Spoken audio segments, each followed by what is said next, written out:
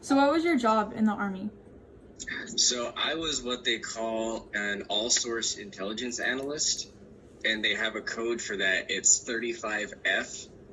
Um, what I did was basically I worked in a top secret office where I had access to all sorts of information, and we would take reports from the guys that were doing like you're doing right now, interviewing like detainees and stuff like that.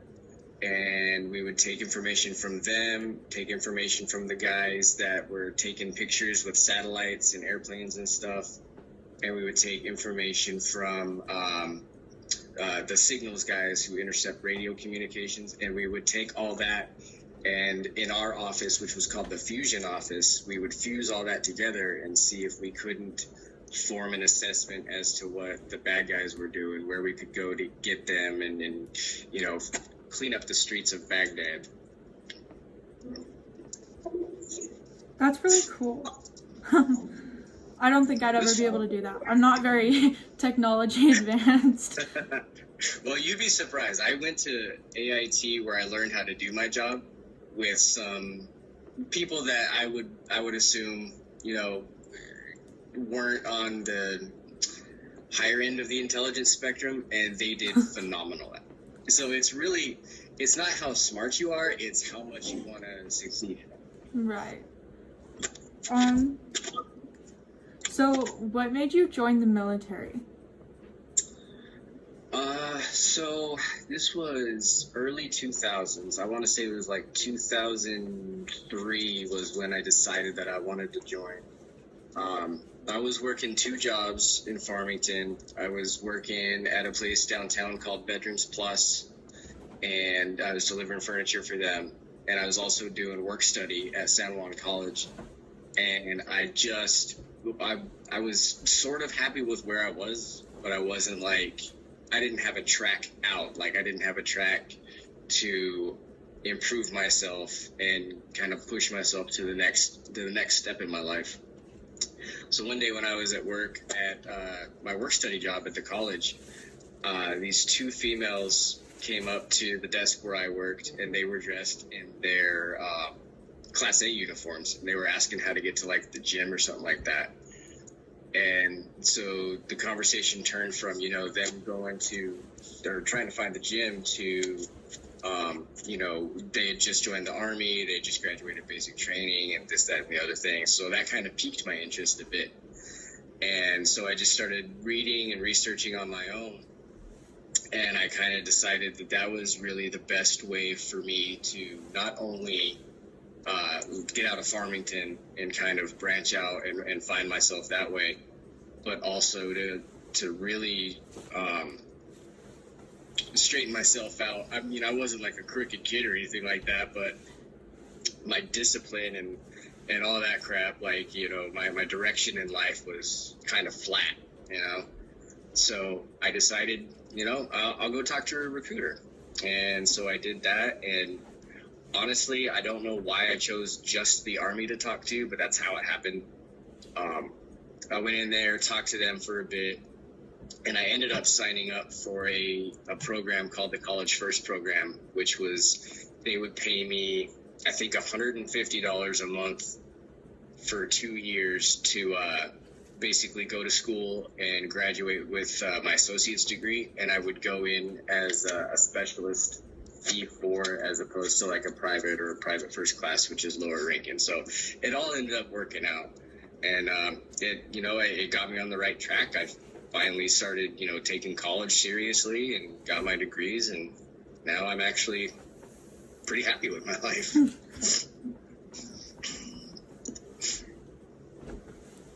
So where did you serve?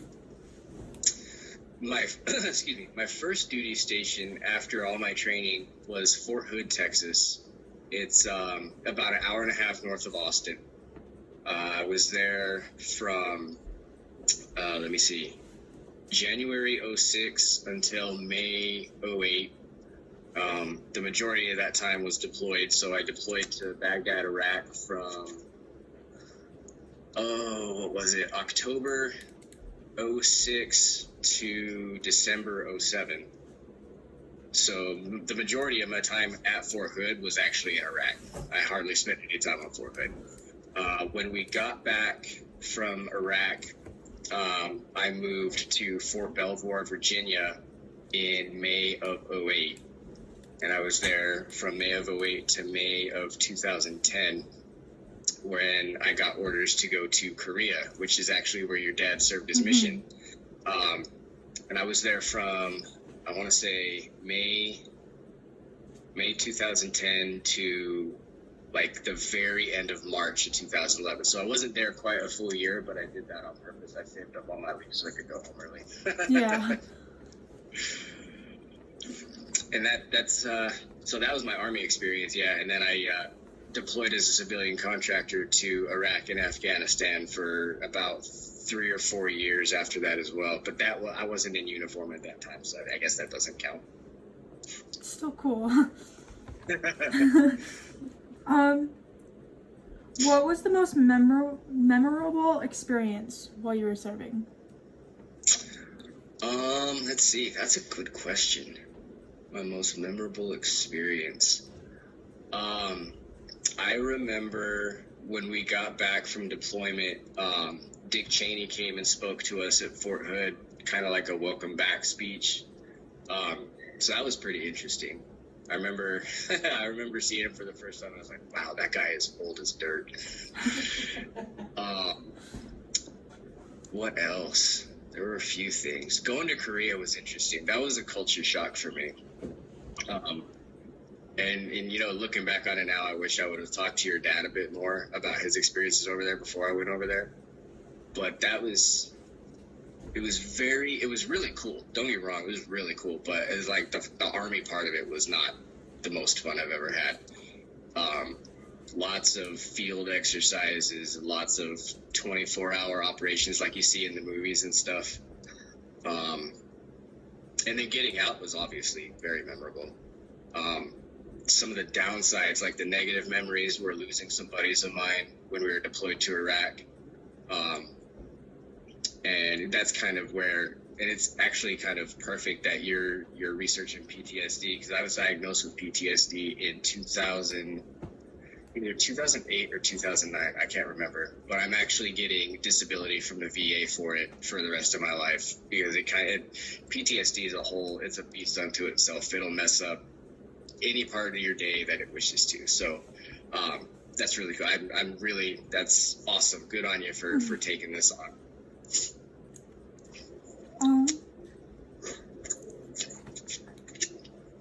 So what was it like coming home, like after serving and everything? So like after deployment or just in total? In total. Okay, so in total it was weird. So you take off the uniform and suddenly your day-to-day routine is no longer structured, because it's very, very structured when you're in the military.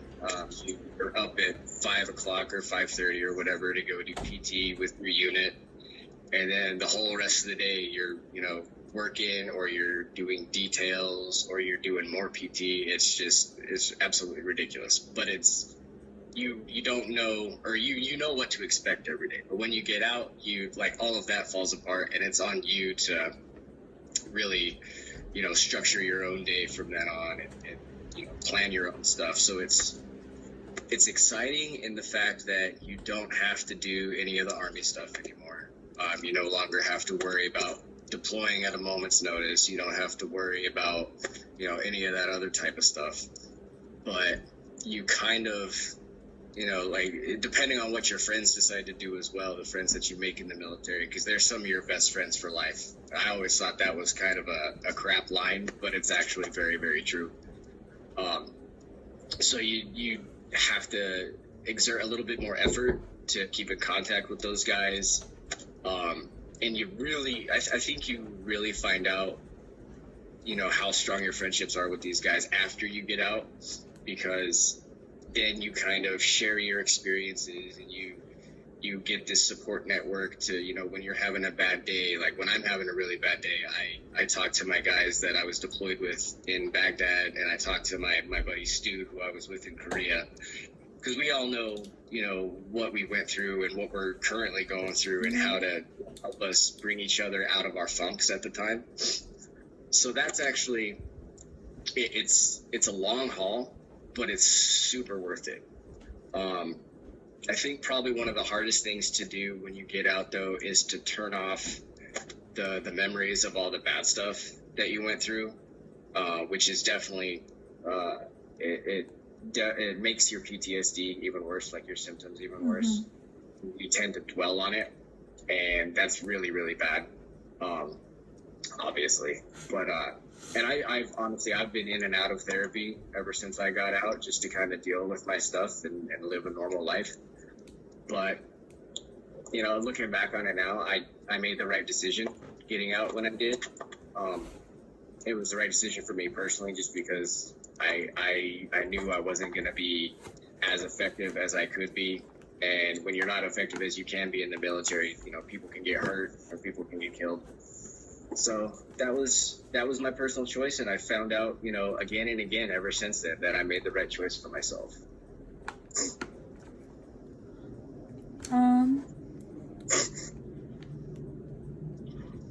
So how'd you come up with the idea for IFHP? I came up with that idea, let's see, I want to say it was late 2018. I had gotten my master's degree, my MBA, a couple years prior, and I really hadn't done anything with it yet. And if you don't, it's all the stuff that you learn getting your advanced degrees, you lose it. You forget how to do it if you don't practice it. It's kind of like learning like Spanish or like a foreign language. You know, if you don't practice it, at least every now and again, you're just going to forget everything. So I was at work one day and I was listening to videos on YouTube, which, believe it or not, helps me be way more productive. I don't know how, but it does. And I ran across this video. I can't remember what the actual video itself was about, but it had to do with Travis Barker, who's the drummer for Blink-182. And I remembered that he has a lifestyle brand called Famous Stars and Straps. I was like, no, I think I could probably do something like that.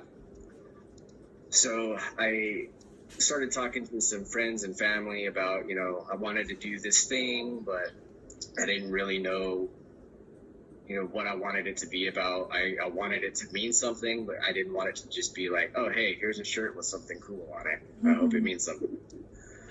And one day it just popped into my head that, you know, I think if we can get out there and make or help to make the conversation about, you know, mental health and PTSD and all this other stuff, we can help make it more mainstream, then people will be more apt to talk about it in regular conversation. And not just that, but they'll be